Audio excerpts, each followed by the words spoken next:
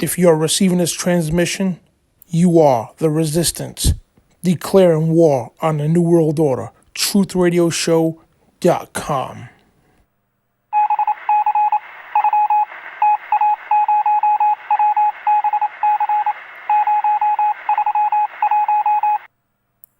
Shalom and welcome to the Dan Bidondi Show on TruthRadioShow.com, and welcome to the Book of Acts, chapter 27. So we got an awesome show for you tonight, guys. Lots of information. And if you missed chapters 1 through 26, please, by all means, before you go any further, stop this and go watch those because you will not understand what's going on here. So, and again, we do chapter by chapter, a biblical, in-depth, comprehensive study of each chapter. So we try to pull the meat and potatoes out of each chapter.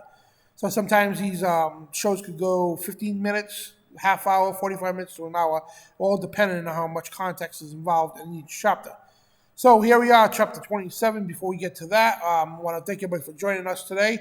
And we do a specific Bible study approach. We do this at every single video. We pray for wisdom and understanding, so let's do that right now. So Jesus, Yeshua Messiah, we love you so much. Thank you for everything you've done for us, and we come to you and ask you to once again to forgive us all of our individual sins and trespasses, abominations, or any transgressions that we may have committed. And again, it's we can't thank you enough because we sin constantly, and I'm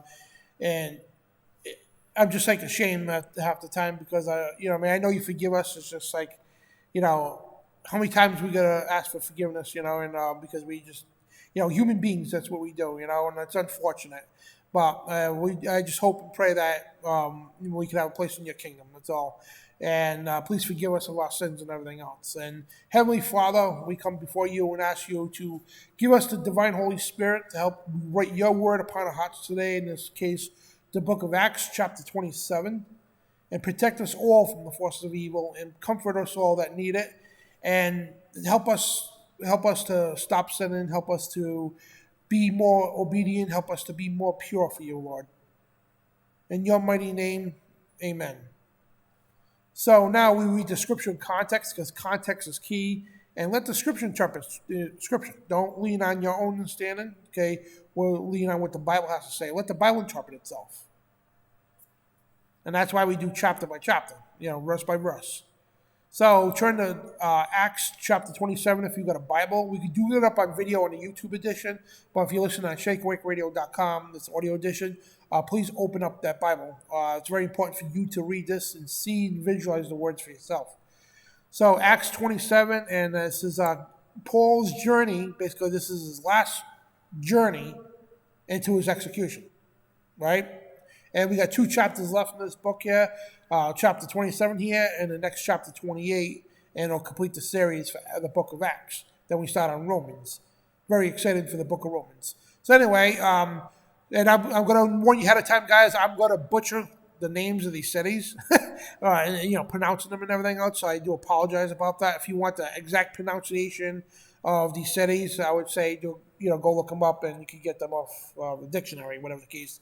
So, when it was determined that we should sail into Italy. So again, this is continue after chapter 26. And if you need a refresher, just pause this, guys. Go listen to chapter 26 again and come back to here.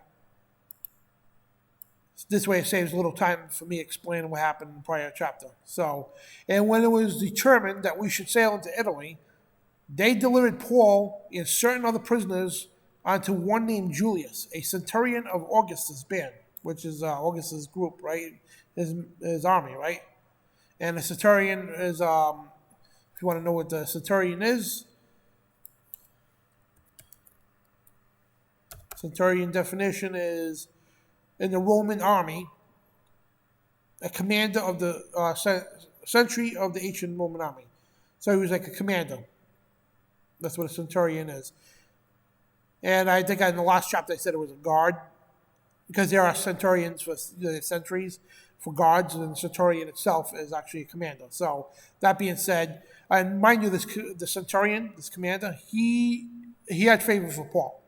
Even though he was sentenced to be executed, and it was his job to deliver Paul to this execution, right? but he tried to help Paul out a lot of ways, in the last few chapters.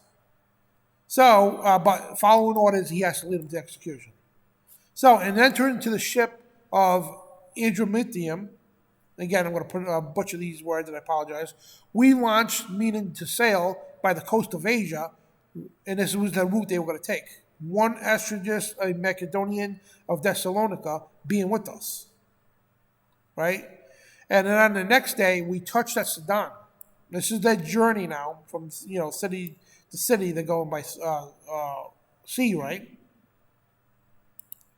And Julius courteously entreated Paul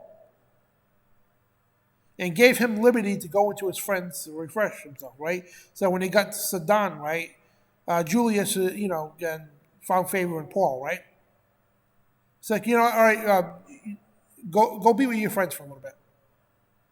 Because Paul's being led to his execution. So he's like, you know what, let the guy go spend some time with his friends to refresh himself, you know what I mean? So that happened.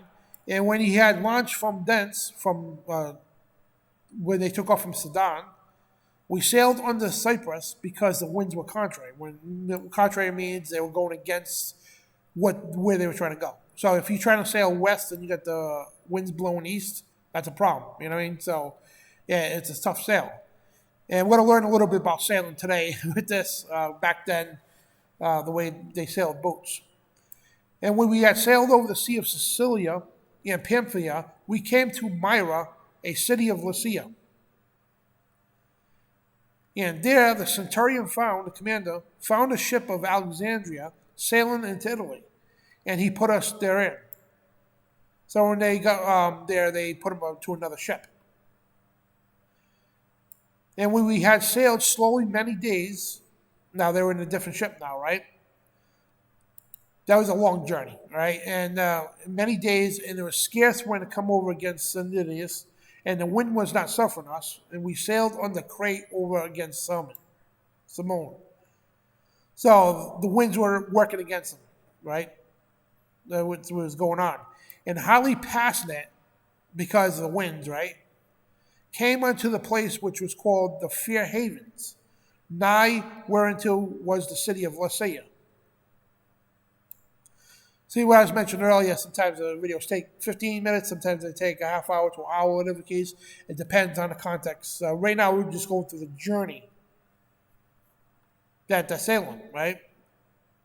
And now, much time was spent, and when sailing was now dangerous, because the fast was now already past, Paul admonished them. So what is admonished? It means to warn them.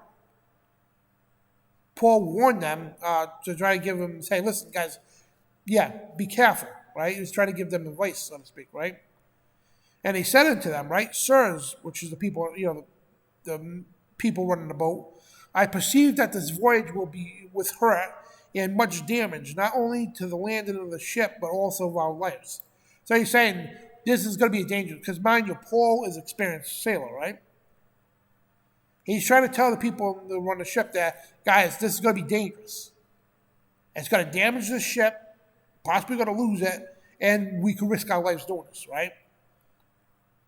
Nevertheless, the centurion, which is the commander, believed the master of the owner of the ship. So Paul's trying to tell the centurion, listen, it's like, this is going to be a problem, right? So the owner of the ship contradicted Paul. Said, no, it's fine.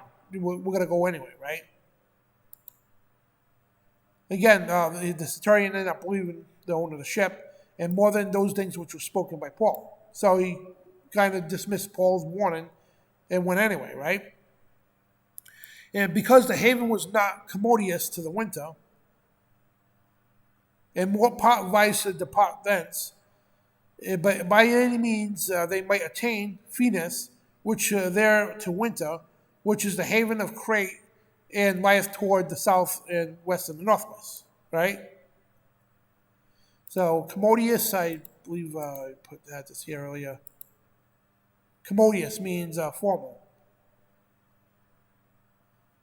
They moved to a more commodious dwelling, right? So that's the haven was not commodious, so they moved to it. Like I said, I think that's what this means.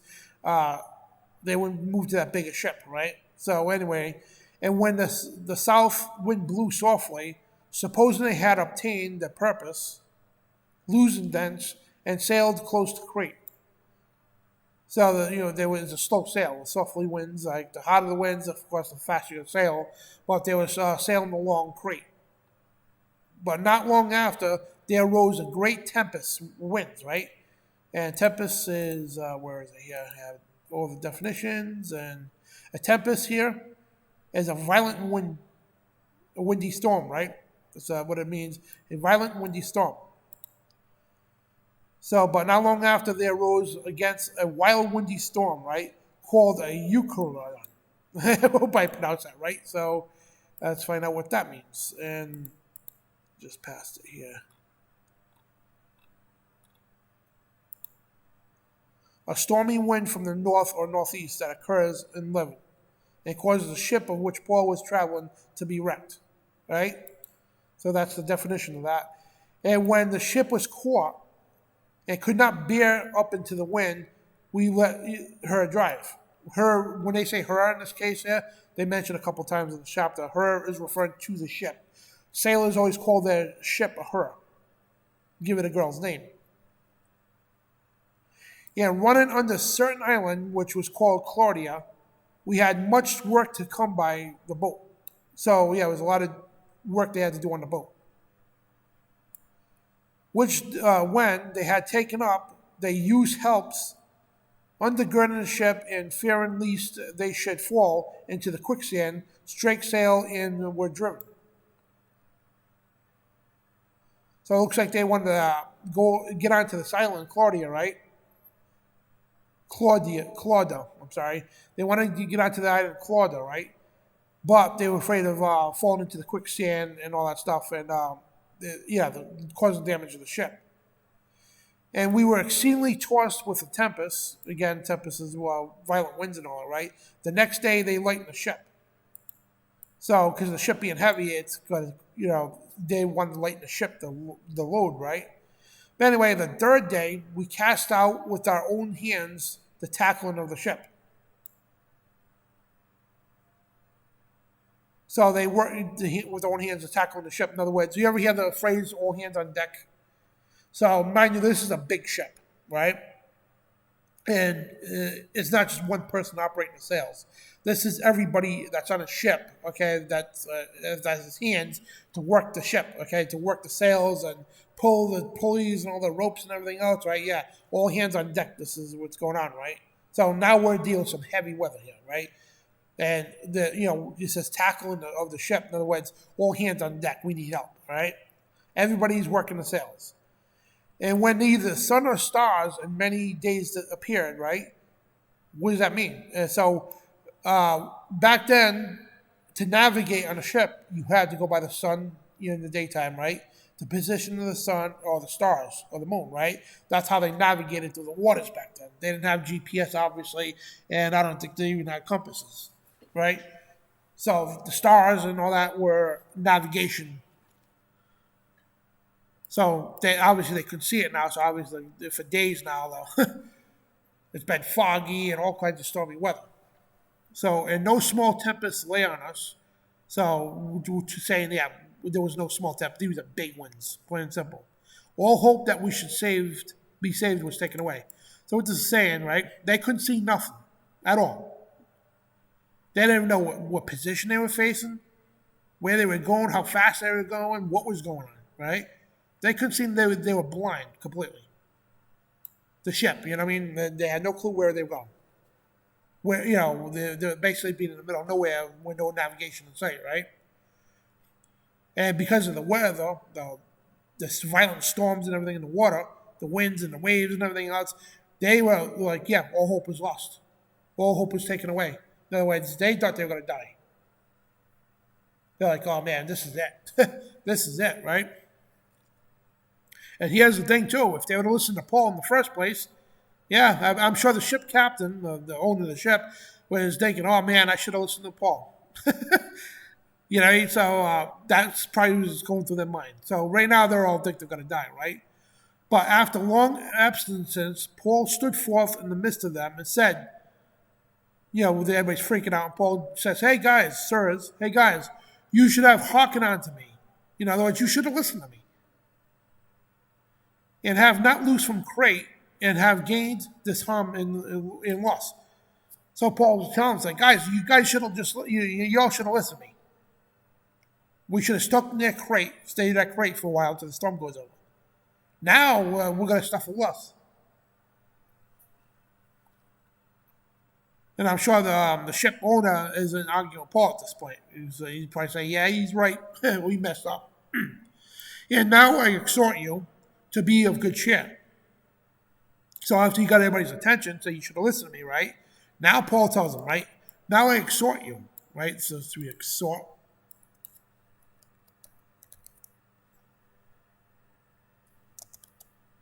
I always like to get the definition to be precise, because sometimes the words change meaning over the years. All right, the ardent urging or admonition of an orator or preacher, right? So that's what's going on here. Exhorting, right? So that's what urging, okay? So Paul says, I urge you to be of good cheer. Now everybody thinks they're going to die at this point, right? All hope is lost. They're in the middle of the ocean somewhere. They have no clue what's going on, right? All they know is a windy. Imagine being on a ship right now. And if it's at night, you can't see a darn thing. It's pitch black. Literally. Yeah, and it's scary. And now, Paul says, I urge you to be of good cheer. And he says, for there shall be no loss of any man's life among you, but of the ship. He said, everybody's going to be fine, but the ship is not. For there stood by me this night of the angel. Yes, so this was at night, obviously. Yeah, we just pointed out, right? So it's pitch black on the ship. And Paul says, everybody relax, we're going to be fine, right? Because the angel came to Paul, the angel of God, whose I am, whom I serve, saying, fear not, Paul, you must be brought before Caesar. And lo, God has given thee all them that sail with thee. So he's saying, fear not, because Paul's like, yeah, he probably said to himself, yeah, we're done here. And the angel of the Lord came before him and says, no, we're not, because it's destined for you. It's God's plan that you go before Caesar. And when God plans something, nothing's going to deter it, right? Yeah. So that's why the angel told Paul, relax and tell them nobody's going to lose their lives today. Wherefore, sirs, Paul says, the angel of the Lord came to me assuring us, right? And he says, the sirs, talking to them again, but he says, urging them to be of good cheer. For I believe God that it shall be even as it was told to me. As the angel said, it's going to happen. So when nobody's going to lose their lives today, we're going to get there. The ship might not make it, but we are going to get there, right? And how about we must cast upon a certain island? But when the 14th night was to come, right? 14 nights, that's 2 weeks, okay, on this journey. That's a long time, right? And mind you, they didn't have motors back then in boats, so it took months or years sometimes to sail somewhere. Depends where you're going. Most of the journeys were months, whatever the case. But yeah, imagine how much food and stuff you got to pack for that. But 2 weeks on the ship, right? As we were driven up and down in Andria, about midnight, the shipmen deemed that they drew near to some country. So he announced the shipman, which is the guy who's the navigator, right? Looking for land and navigation and all that. So he finally seen something up ahead that he announced, he deemed, we're coming close to some country. We don't know what it is yet. We're coming close to some country. And he sounded and found it 20 fathoms. So in other words, 20 fathoms is 120 feet. So they were 120 feet away from this land. And the guy's yelling out, sounding, right? Yelling out, guys, about 20 feet from this land. Land ahead. Land ahoy, whatever they would say, right? And about 20 fathoms, which is, again, 120 feet, whatever the case. And then where they had gone a little further, they sounded again and found it 15 fathoms. So the person running the ship says, all right, we're 90 feet away, or 15 fathom, right, away from this land, right? Then fearing lest we should have fallen upon the rocks, they cast out 4 anchors out of the stern and wished for the day. So basically, when the closer they got, they were able to see the land, right? Now they come up the shore, but it was all rocks everywhere. That would have destroyed the ship instantly, right? So right away, to stop from going to the rocks, they threw all the anchors out to hold the ship in its position. Because they knew, going to those rocks would have been done for. Forget it. So, and as the shipmen were about to flee out of the ship, they were ready to jump ship. Let's get out of here because we're going to crash into the rocks, right? When they had least let down the boat into the sea. So these are the small boats, the rescue boats, whatever the case. You get a bunch of little small boats on the big boat, in case this boat sinks, whatever the case. So, but when they had let down the boat into the sea, under the collar, as though they would have cast anchors out of the ship, the front of the ship. But Paul said unto the centurion and the soldiers, except these abide in the ship, you cannot be saved. And so Paul's telling them, guys, listen to me, all right? Don't leave the ship right now. You need to abide in the ship or you're not going to be saved. If you go out in those little boats right now, you're going to be dead. Paul's warning them right now, saying, listen, you better pay attention. Now you better listen to me because now the point, if you guys would listen to me before, we would be in this mess. But now I'm telling you, and if you don't listen to me, nobody's going to be saved. If you leave this boat right now, if you get in those small little boats and get out of this boat, those rocks are going to destroy you. From the storm and everything, you kidding me? Those rocks would have destroyed those boats and killed those guys. Drowning them and everything else, right? So Paul's saying, stay on the ship. We're fine right now, right? So then the soldiers cut off the ropes of the boat and let her fall off. Her as a boat, right? So the little rescue boats are emergency boats, right? The soldiers cut the ropes off and let them fall down. Like just fall into the water, whatever the case, right? So they actually listened to Paul this time, all right? As you can see what's going on, right? And while the day was coming on, it was time to turn, the sun starting to come up, whatever. Paul besought them, right? And if you want to know what besought means,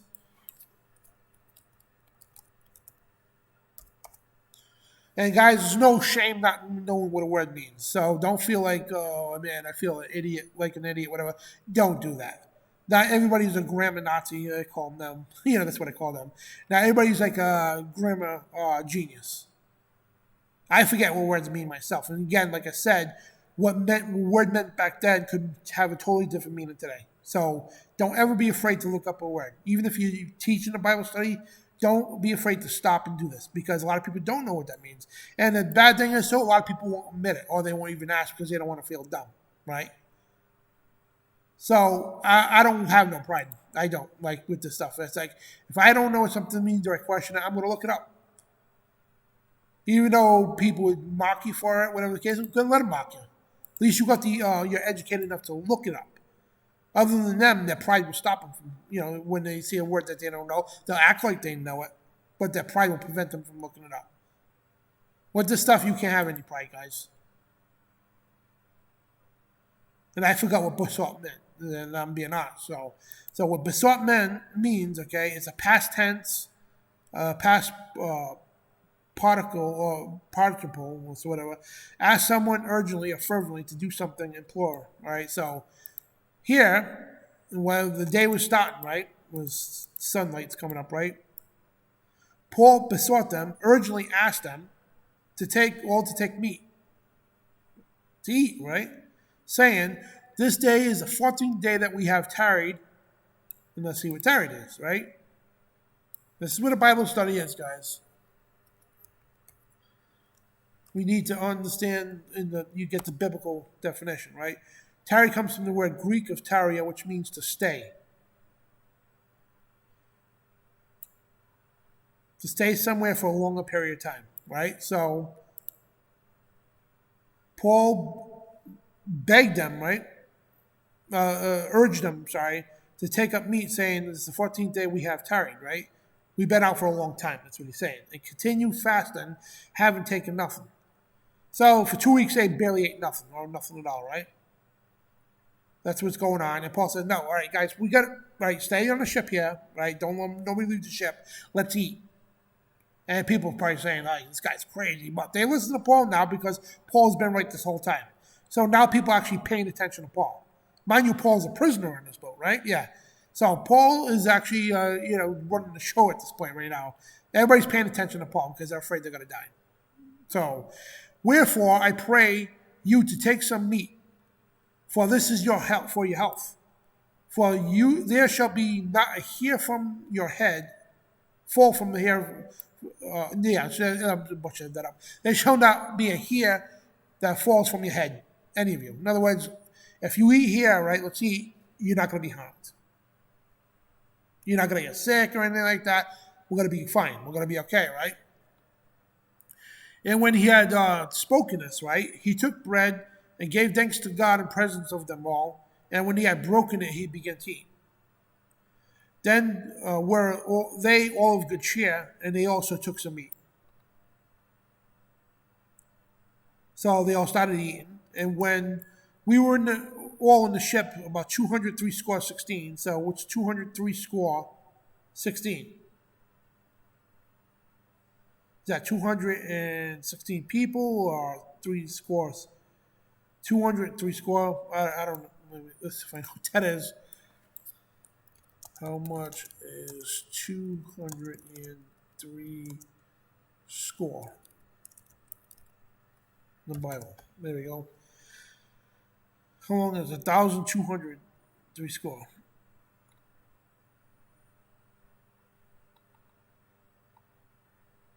No, it says 200.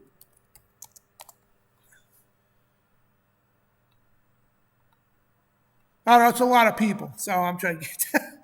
Yeah, so 3 scores should mean 3, so maybe 600 people. And if you got the answer for this, put it in the comment section. Verse 37 here. So regardless, there's hundreds of people on the ship. There's a lot of people on the ship, right? And souls means people. They even do that. If you ever go flying, right, in the airlines, the captain will be like, we got to the air traffic control. We're on approach to Providence Airport, whatever, and whatever airport they're coming in, and we got 120 souls with us. That's people. That's what they still use that terminology to this day. Pilots and ship captains still use that terminology to this day. So anyway, there's a lot of people, and I should have looked this up to find out exactly 203 score is. 203 score. 203 score, which is I guess 616 people. I could be wrong. I can't do the math today, so apologize. But if you got the answer for that, guys, put it in the chat room. Because I would definitely like to know, and let me find out real quick. I hate not knowing something. So here we go. All right, so and a score is 20 years, or 20, right? So this is 203 score and 16. Sorry. Here we got 263 people. 16, I'm sorry. 216. I believe, whatever. But yeah, if you got the right answer, guys, put it in the comment section. I don't want to dwell too much on this, but you get the point. There's a lot of people on the ship, right? So, and when they had eaten enough, they lightened the ship and cast out the wheat into the sea. So after they ate a lot of food, right? Because they had to lighten the ship to control it better, right? Because of the rock, then they had the rocks, the storms going on, the whole 9 yards, right? So after they ate that full, they took everything else and threw it into the sea. And when it was daytime, the day came, right? Knew not the land. They didn't know anything about this land they were at, right? So at the time when they got there, when they came close to the land, they came close to a bunch of rocks at the shore, right? So they couldn't see nothing else. It was nighttime and stormy weather. All they could see is rocks. That's it. So when the daytime came, right, and it lighted up the sky, obviously, and people could see a little further on the ship, right? So they didn't know the land, but they discovered a certain creek with a shore into which they were minded, and if it were possible, to thrust into the ship, right? So with that saying, so they were to see a little farther now, right? And they discovered on the side over there, whatever, there was a little creek that went into a beach area, right?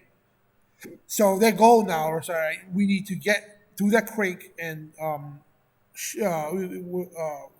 what's the dock the ship, okay? Just get into the sand, dock the ship. That's the best way I can say it, right? Yeah. And get away from these rocks so we can land the ship safely and we can take refuge, right? So when they had taken up the anchors, they committed themselves unto the sea and loosed the rudder bands and hoisted up the mainsail to the wind and made toward the shore. So right now they're trying to avoid the rocks, get into this creek to get to the shore, or where this little beach area is, so they can safely dock this boat, right? And fallen into a place where two seas met. So where two seas met means like it's probably two at this point here, where two different currents are going against each other. And they ran the ship aground, and the forepart stuck fast, and remained unmovable. But the hinder part was broken with the violence of the waves. So the ship started getting busted up. It got stuck in one end, and the other stuff was getting destroyed. It broke off, right? And the soldiers' console, right? So now this is going on. They're stuck in the rocks. I think this is what I believe, right? They're stuck somewhere in the rocks or even on the beach. I don't know what's going on at this point, but they're stuck. All right. So right now, the soldiers, they're like, because they got a lot of prisoners on this boat, right? So now the soldiers are saying to themselves, all right, yeah, we need to kill these prisoners because unless any of them should swim out and escape. So they have to be close by it, all right? So they're not on the shore, as we can see here, yet. They're close by to it, right? They're stuck in the rocks or whatever the case. They have to be stuck on the rocks to be stuck there, right? So they're worried about the prisoners jumping off the ship and swimming over to the, to the beach area and escaping. And the soldiers' council, in other words, like, had a meeting to say, all right, we need to kill these guys because they're going to escape. But the centurion, which is the commander, that's what it means, centurion means in the Bible. It also means guard too, by the way. But this here is a commander, willing to save Paul, right? Now, mind you, this commander has always been looking out for Paul. He let Paul go see his friends. He wasn't supposed to, but he did it anyway, right? So he was always looking out for Paul. Now, if he had it his way, from the first day, he was trying to help Paul because he knew Paul. Paul's a Roman. Paul wasn't convicted for anything, right? So he's always looking out for the best interest of Paul, but he did have to follow orders to bring Paul to be executed, right? So, but the centurion here, the commander, willing to save Paul, kept them from their purpose. In other words, he told the soldiers, all right, guys, no. Cancel that plan. Don't do that. We're not going to kill them. So, and he commanded that which could swim should cast themselves first into the sea and get to land. So the centurion, the commander, told the soldiers, no, don't kill them. Because the soldiers were afraid the prisoners were going to jump off the ship and swim to the shore and escape, right? But the commander's like, no, just let them. No, don't kill them. Let them. And he told anybody right now that can swim, cast yourself off the ship, jump off, and go swim to the sand to get to the land, right? To your safety, right? Because mind you, the ship's falling apart right now. And remember the angel told Paul, and Paul told them, everybody's lives will be spared today, saved, except for the ship. Now the ship's destroyed right at this point, right? So they need to abandon the ship quick. So, and the rest, and some on boards, and some on broken pieces of the ship, and it came to pass that they all escaped safe to land. So the people who could swim jumped into the water and swam to the shore, right? And the other people that, you found a broken piece of the ship that was floating, they jumped on it and paddled their way to the shore. And everybody escaped safely to land. Just like the angel said, everybody's going to live, but the ship is going to be broken, right? Here we are. The ship's broken, and everybody lived, just like the angel said. So we're going to continue on the next video here to the final chapter of this book of Acts. And we're going to move on to the book of Romans afterwards. But if you missed Matthew, Mark, Luke, and John, we got them on our playlist on TruthRadioShow.com. So please check that out, website. And thank you so much for tuning in. And trust the plan, the only plan, that's the Bible. And don't take my word or anybody else's word for it. Read it for yourself. Highly encourage you to read it for yourself. And if somebody can tell me, I don't know why I can't think of this today, what 2 and 3 score 16 means, whatever it is, yeah. Somebody could put that in the comment section, please. Where is it? Yeah.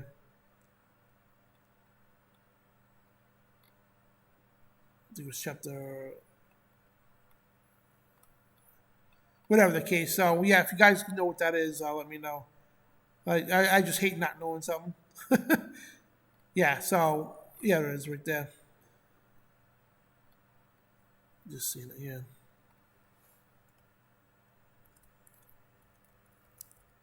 There it is, right here. Verse 37. So somebody could tell me in the comment section, not the chat, but the comments, what 203 score and 16 is. And it's the people, souls of people, by the way. So they're saying how many people were on a ship. The amount of people were on a ship were 203 score and 16. And so again, souls of people.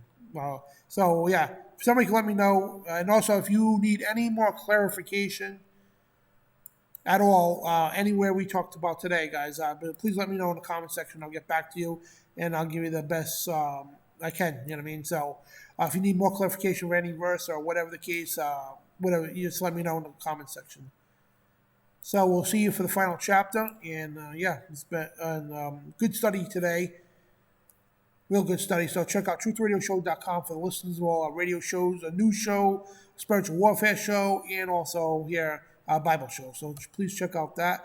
And thank you for tuning into the book of Acts, chapter 27, in this in-depth comprehensive study of the Bible. And God bless, shalom, and remember, you are the resistance against evil.